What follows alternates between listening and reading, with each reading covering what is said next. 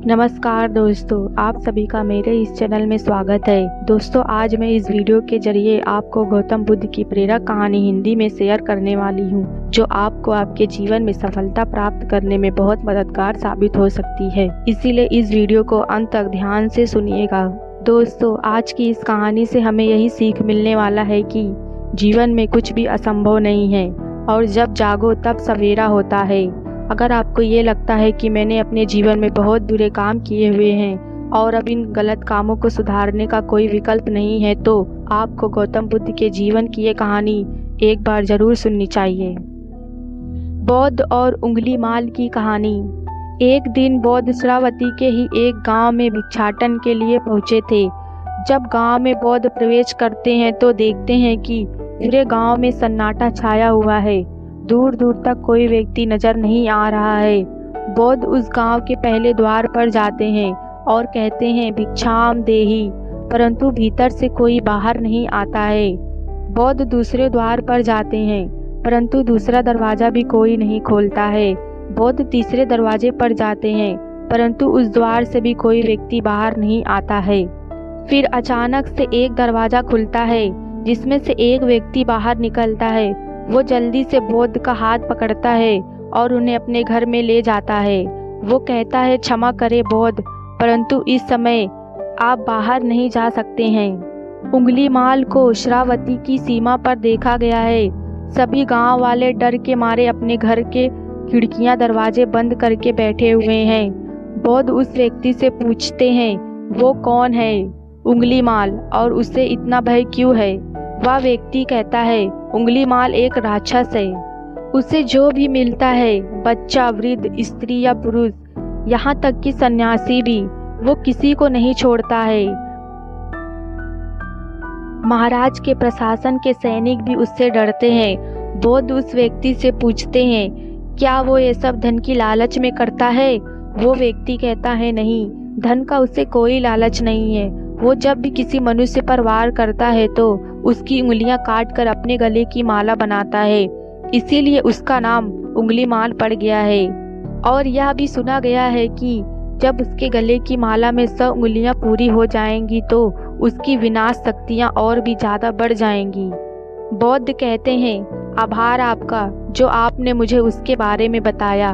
फिर वह व्यक्ति बौद्ध से कहता है, कृपया आप बाहर मत जाइए, क्योंकि वो आप पर भी वार कर सकता है। बौद्ध कहते हैं, भय से अपनी राह छोड़ दो, मैंने ऐसा कभी नहीं किया है।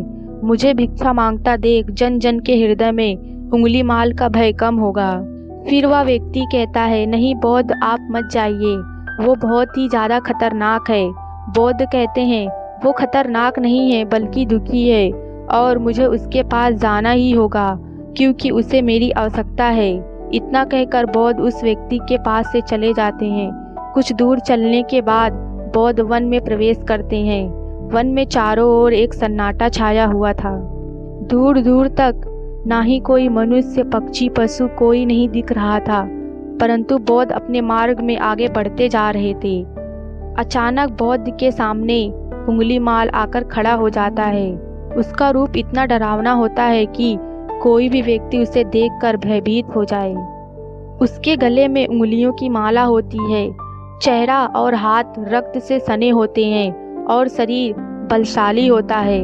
उसका रूप इतना भयानक होता है कि किसी भी साधारण व्यक्ति की प्राण तो उससे देखते ही निकल जाएगी, परंतु बौद्ध पर उंगलीमाल के इस डरावने शरीर का कोई असर नहीं हुआ।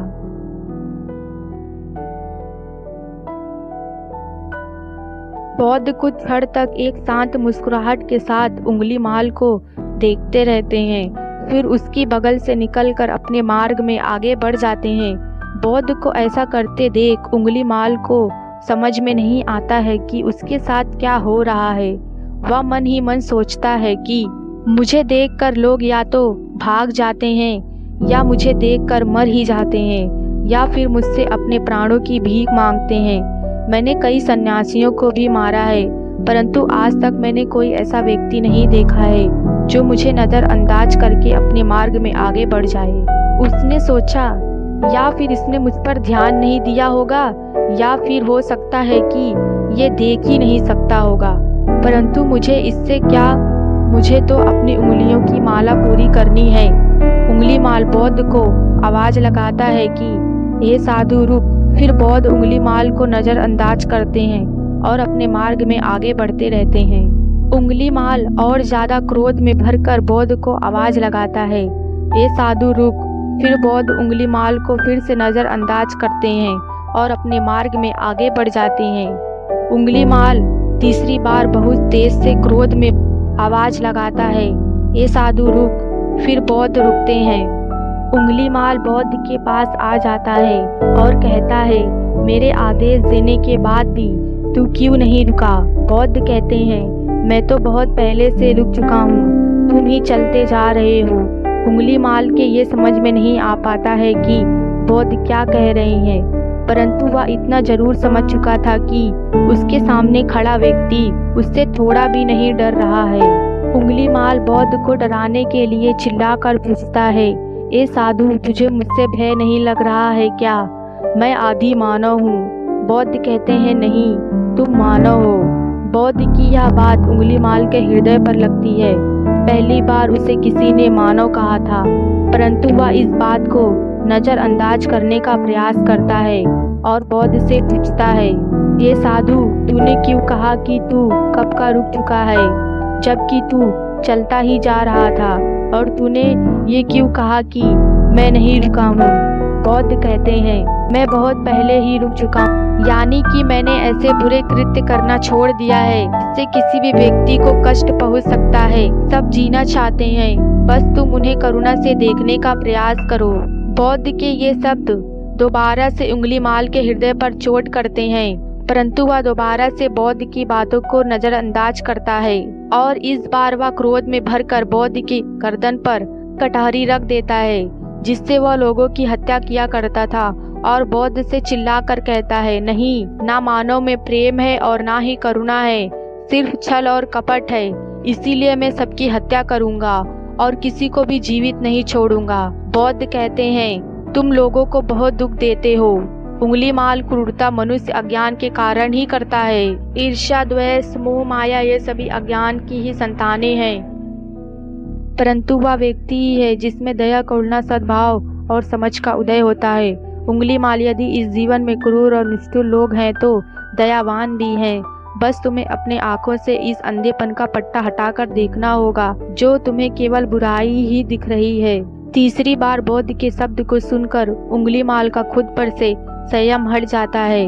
उसे समझ में नहीं आता है कि पहली बार उसे अपने आप पर इतना कमजोर क्यों महसूस हो रहा है। वह कोशिश तो करता है क्रोध करने की, परंतु वह क्रोध नहीं कर पाता है। वो बड़ी हिम्मत जुटाकर क्रोध करने का नाटक करते हुए बौद्ध से कहता है, तुम और व्यक्तियों जैसे नहीं हो।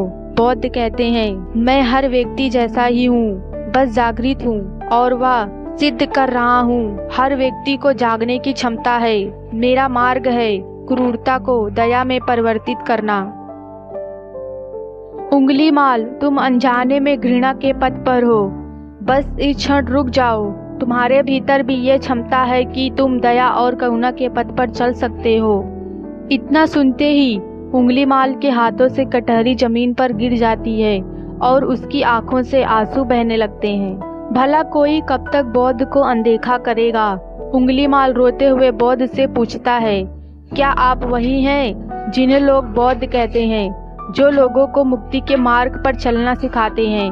फिर बौद्ध कहते हैं कि हाँ, मैं वही हूँ और तुम्हें भी मुक्ति के मार्ग पर ले जाना चाहता हूँ। फिर उंगली माल कहता है, परंतु मैं अब बहुत दूर निकल गया हूँ। मैंने बहुत लोगों की हत्या की है और बहुत पाप किए हैं।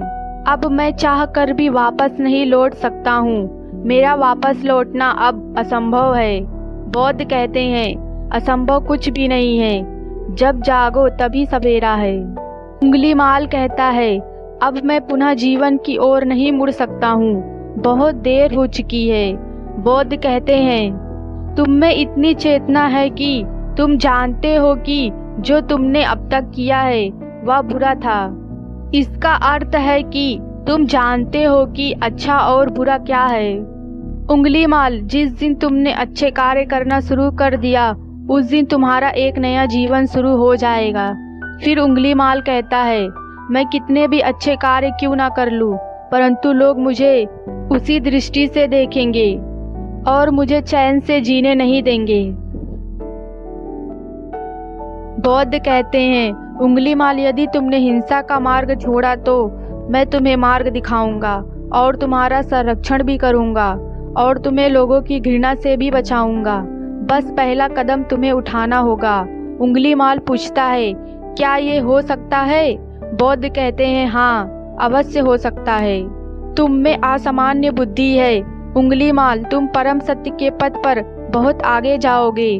उंगलीमाल रोते हुए बौद्ध के चरणों में गिर जाता है और कहता है, मैं आपको वचन देता हूँ कि मैं सारे बुरे कृत्य करना छोड़ दूंगा और आपके पीछे करुणा के पथ पर चलूंगा। कृपया आप मुझे अपना शिष्य बना लीजिए। बौद्ध कहते हैं, मैं किसी को अपना शिष्य नहीं बनाता, बल्कि व्यक्ति स्वयं मेरे संग जुड़ जाता है। उंगलीमाल उसी समय बौद्ध का भिक्षुक बन जाता है। यहाँ पर एक बात समझनी जरूरी है कि बौद्ध किसी को अपना शिष्य या भिक्षुक नहीं मानते हैं। जो भी व्यक्ति उनके साथ जुड़ता है उसे केवल मार्ग दिखाते हैं और वो व्यक्ति उस मार्ग पर चलता है। भिक्षुक और शिष्य शब्द केवल संघ से जुड़ने वाले लोगों की पहचान होती है, जिसे जानने के लिए इस वीडियो में अंत तक बने रहिए। बौद्ध का भिक्षुक बनने के बाद उसका नाम अहिंसक पड़ जाता है। फिर बौद्ध ने जैसा उसका नाम रखा था ठीक वैसे ही वो बन चुका था। दोस्तों, आइए जानते हैं कि कैसे उंगलीमाल राक्षस एक अहिंसक बना। इसे जानने के लिए इस वीडियो को अंत तक देखिए।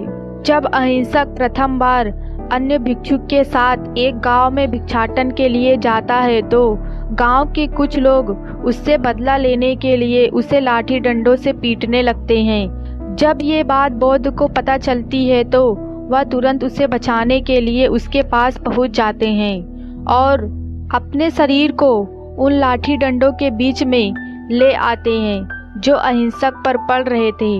बौद्ध को देखकर वे गांव के लोग डंडे और पत्थर मारना बंद कर देते हैं। सभी लोग बौद्ध से कहते हैं, बौद्ध, क्यों आप इस हत्यारे उंगलीमाल की रक्षा कर रहे हो? न जाने इसने कितनी लोगों की जानें ली हैं। बौद्ध कहते हैं, अब यह उंगलीमाल नहीं है, बल्कि इसका नाम अब अहिंसक है। यह भी सबकी तरह एक मानव है। गांव वाले कहते हैं, ऐसा आदमी कभी नहीं बदल सकता है। बौद्ध कहते हैं, यह बदल चुका है, बस आप लोग इसे अपनी पुरानी दृष्टि से देख रहे हैं। यदि ये उंगलीमाल होता तो क्या आप में से किसी में भी इतना साहस या बल होता कि कोई इसे उंगली भी लगा सके?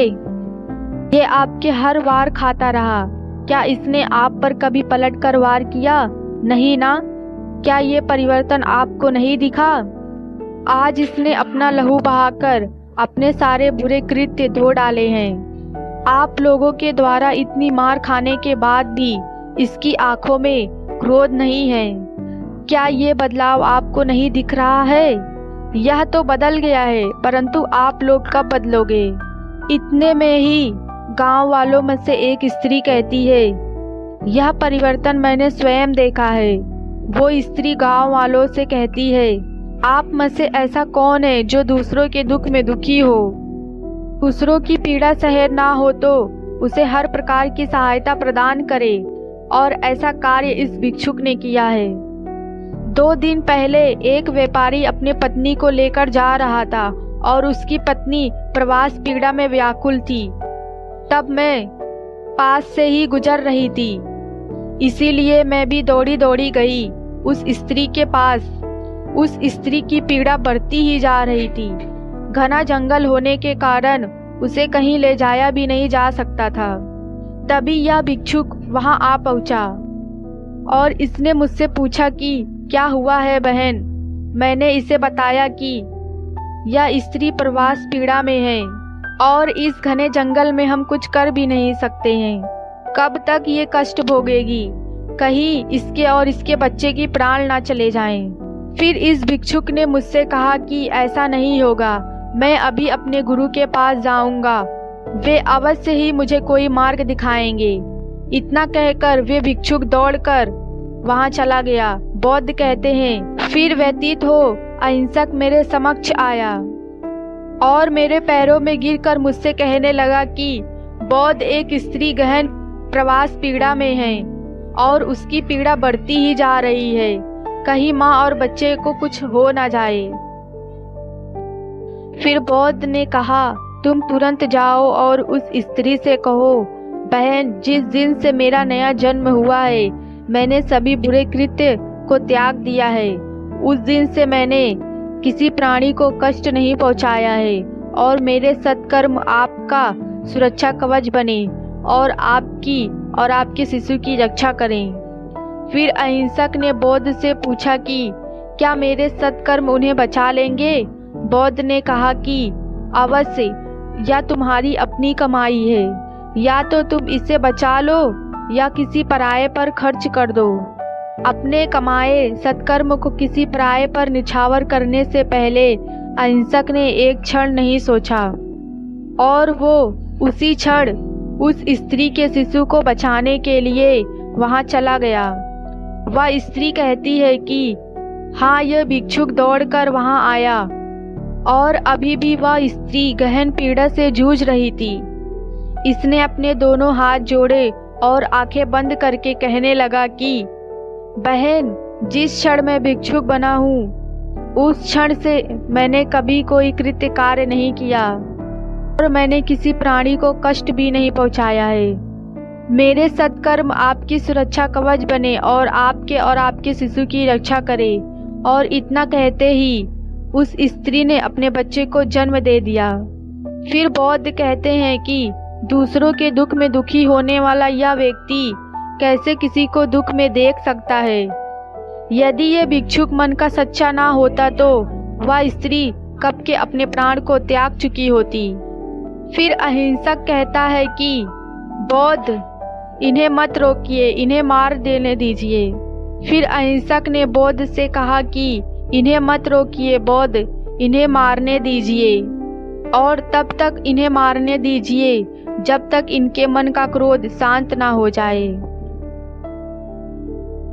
फिर बौद्ध अहिंसक से कहते हैं, कर्म और गुण के भंडार हो तुम, आज तुमने अपने नाम अहिंसक को सिद्ध कर दिया है।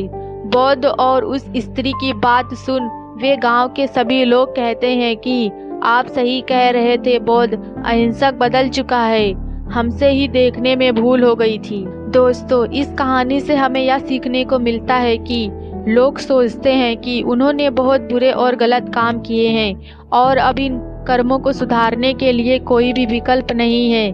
इस पर गौतम बुद्ध कहते हैं कि चाहे आप अब तक कितनी ही बुरे कर्म क्यों ना किए होंगे, लेकिन आप अगर अपने मन में एक विचार लाते हैं कि अब मुझे कुछ सही करना है, तो वही विचार आपके रूपांतरण का कारण बन सकता है।